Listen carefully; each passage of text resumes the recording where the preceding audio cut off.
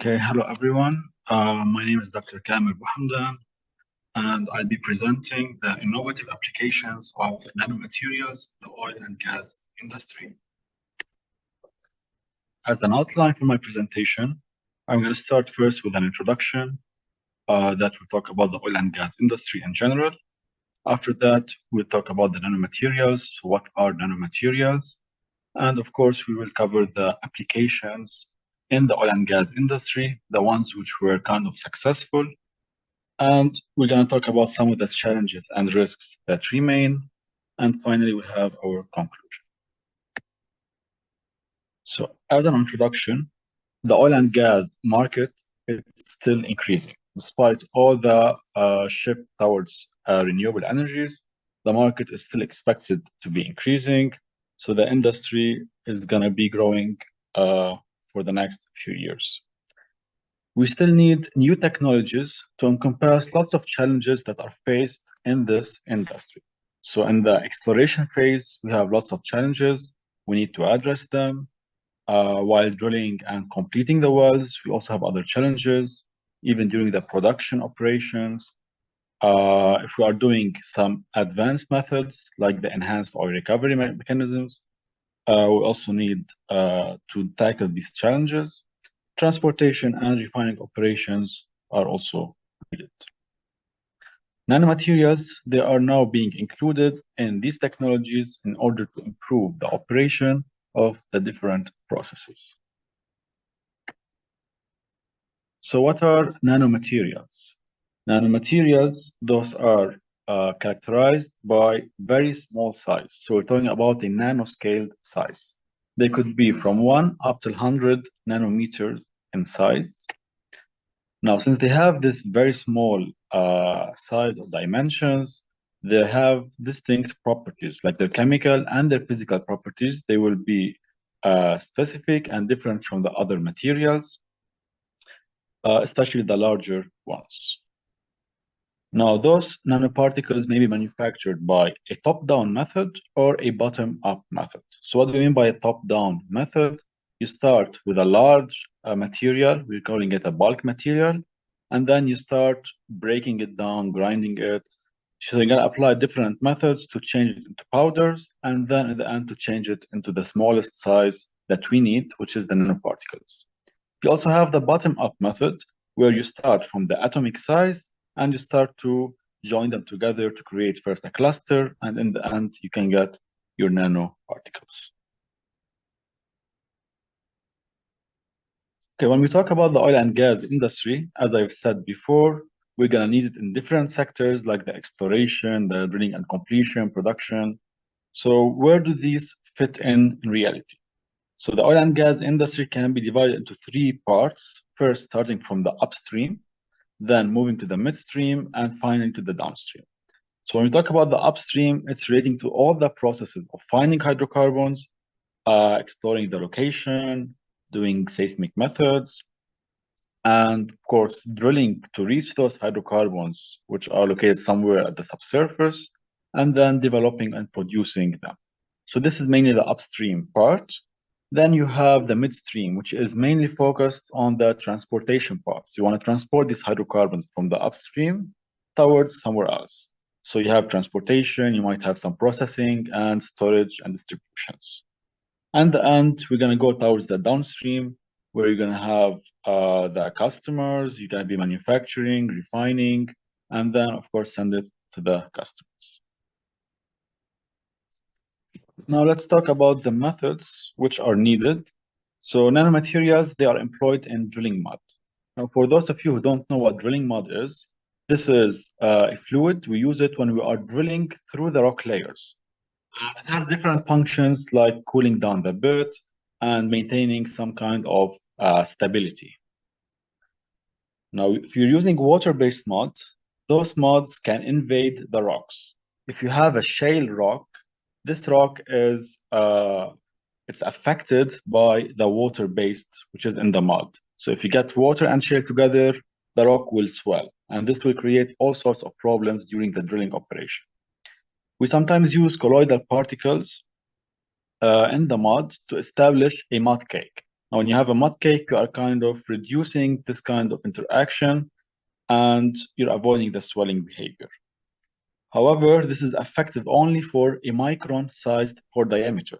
But if you have a shale which has even smaller diameters, like a nano-sized, then this method will not be effective anymore. That's one of the reasons why we are looking at nanoparticles. So we have tried silica nanoparticles, which ranges from 100 to 100 nanometers in size.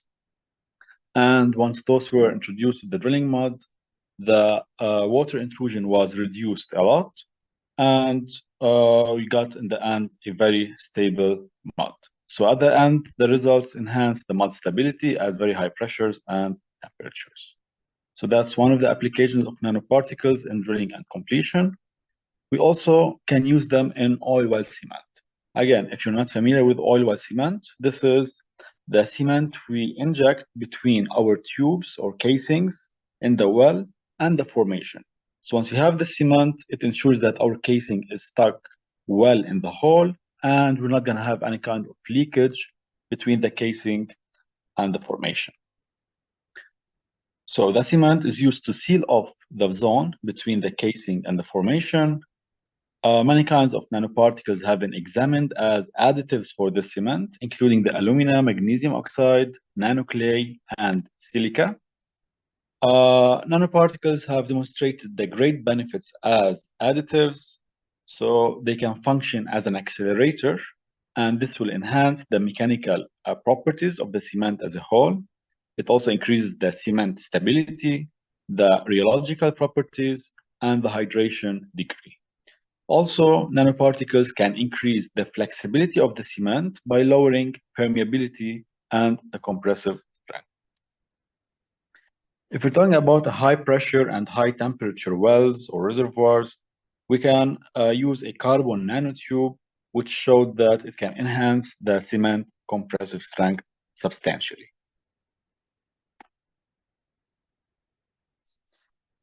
Nanomaterials have also been employed in drilling equipment through nanomodification. The figure in here you see is a drill bit. This is the main interaction between the surface and the rocks. So we're using it to break down the rocks as we are moving deeper into the formation. So drilling operations, they can further be improved if we coat this equipment, which is the drill bit, with nano ceramic particles. We know ceramic, it's a very hard material. It can withstand very high stresses. So if we use it as a coating for the drill bit, this can improve and extend the life of this drill bit. And we talk about the drill bit, this is a very expensive equipment in drilling. Another option is to increase the drilling efficiency in tough and demanding environments through using nano diamonds. And all of you know the diamond is very hard also, so it's kind of behaves similar to the nano ceramic in this scenario. Moving on to production operations, the figure here shows hydraulic fracturing. I'm sure you have heard about it before.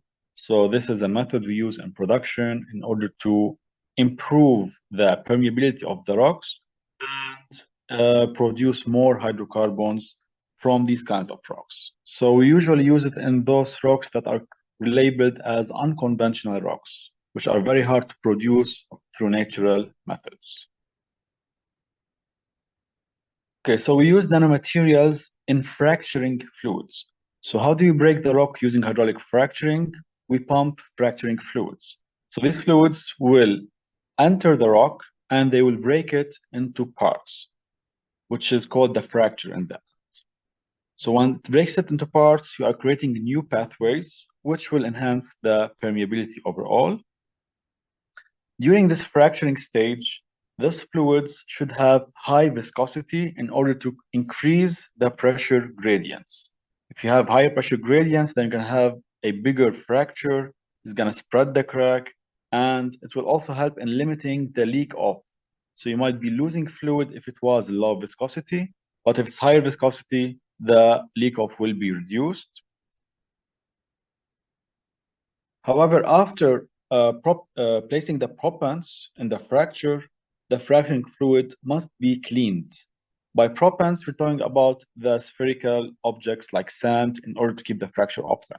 So once you place them in the hole, you need to remove the fracturing fluid and clean it in order to avoid plugging the spaces in the hole. You don't want to reduce the permeability. And this is a problem with using the high viscosity fluids.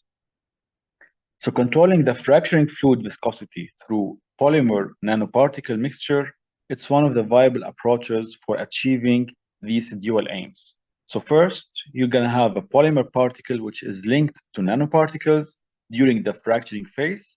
Hence, you're going to have a high viscosity during the fracturing.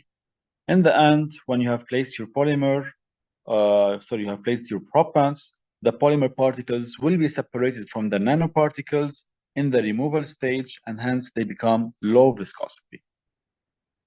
Fluids can then be readily extracted from the newly formed cracks. Moving on to enhanced oil recovery.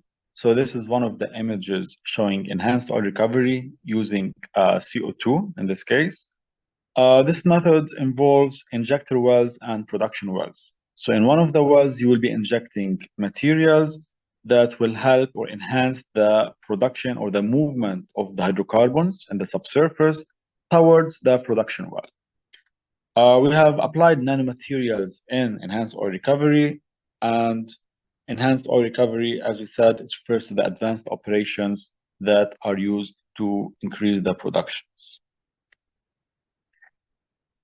For the methods of enhanced oil recovery, we have a lot of methods, as you can see. So first, you can divide it into gaseous injections. In that phase, you have injecting rich gas, dry gas, LPG gas. So those gases are related to the hydrocarbons themselves. You can also inject nitrogen, and you can inject CO2. Now, when they are in the subsurface, they might be miscible or immiscible, depending on the pressure which is applied. You also have other methods like the chemical methods, which involves polymers, alkaline solutions, surfactants, and foams. You have thermal ones, which include hot water, in situ combustion, and steam.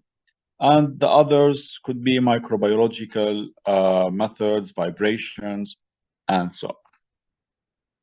So the good thing about nanomaterials is that they can be used in most of these methods, especially the chemical ones. So nanomaterials, they are employed in enhanced oil recovery, and it is considered one of the most dominant uses of nanotechnology in the field of oil and gas. So they provide a more efficient approach to regulate and increase the oil recovery. From core displacement analysis, most nanomaterials, they have shown to perform better than the surfactants and polymers in changing the rock sweatability. Once you change the rock sweatability, you can improve the production of hydrocarbons. Nanoparticles, they are widely used to increase the oil sweep efficiency and driving fluid stability. We have different types that showed good results in EOR applications like Al2O3, Fe2O3, MgO, and SiO2.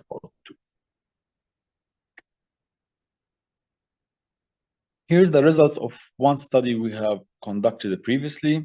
So we have checked a lot of papers concerning enhanced oil recovery through brine flooding or through polymer and nanopolymer floodings.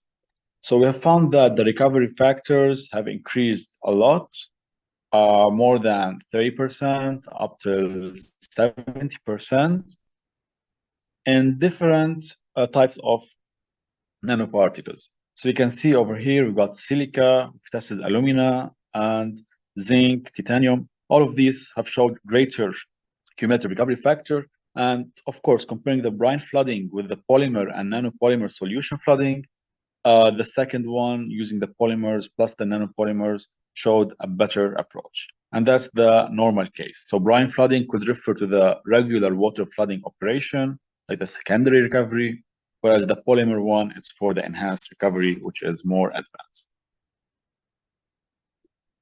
So from all the things I've just mentioned, you can see that nanoparticles, they are great. They are improving the recovery and also improving the functionality of different equipments. However, the magnetic ones, the magnetic nanoparticles, are expensive because they are very complicated in their production operation. So always you can relate the production methods to the costs. And in reality, we need extensive volumes of nanoparticles. And this will, of course, drastically raise the costs, deeming these projects economically unfeasible. Recycling the used nanoparticles for repeated application, it can be done, but this is also very complicated and very costly. So that's not also a feasible option at this time. Moreover, some environmental concerns are involved when using nanoparticles because some of them can be toxic. Not all of them, but some of these nanoparticles can cause a problem to the environment. So that's another issue we have to look at. The attractive forces between nanoparticles might be strengthened under reservoir conditions. By reservoir conditions, we're talking about higher pressures and higher temperatures. And if that's the case, this could lead to the aggregation of nanoparticles. So all of these nanoparticles will get loss. If they do that, they will affect the productivity of our well. Nanoparticles may also attach to the reservoir rock surface and can create a mono or a multi-layer. And this also negatively impacts the rock properties, which are related to the porosity and the permeability. And these two properties, they can impact the productivity of the well. So they will be acting opposite to what we were expecting them to do. So as a conclusion for this study, nanotechnology, as you have seen, it can offer a wide range of applications in different fields, and it can provide great benefits to the oil and gas sector. The following areas were found the most promising for applying the nanotechnology. So when you are using them as nanofluids in drilling muds, that would be perfect, especially for inhibiting shale swelling. If they are used as fracturing fluids, they also can be very effective as they can modify the viscosities. So when you are injecting the fluids, injecting the propellants, it can be as high viscous. And when you want to produce them again, the viscosity will be lower than that.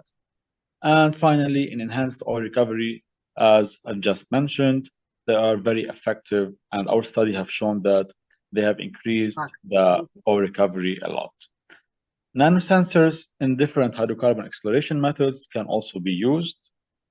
Structural nanomaterials, they can also strengthen the tools that are used in the industry, like the coating of the drill bits and other equipments.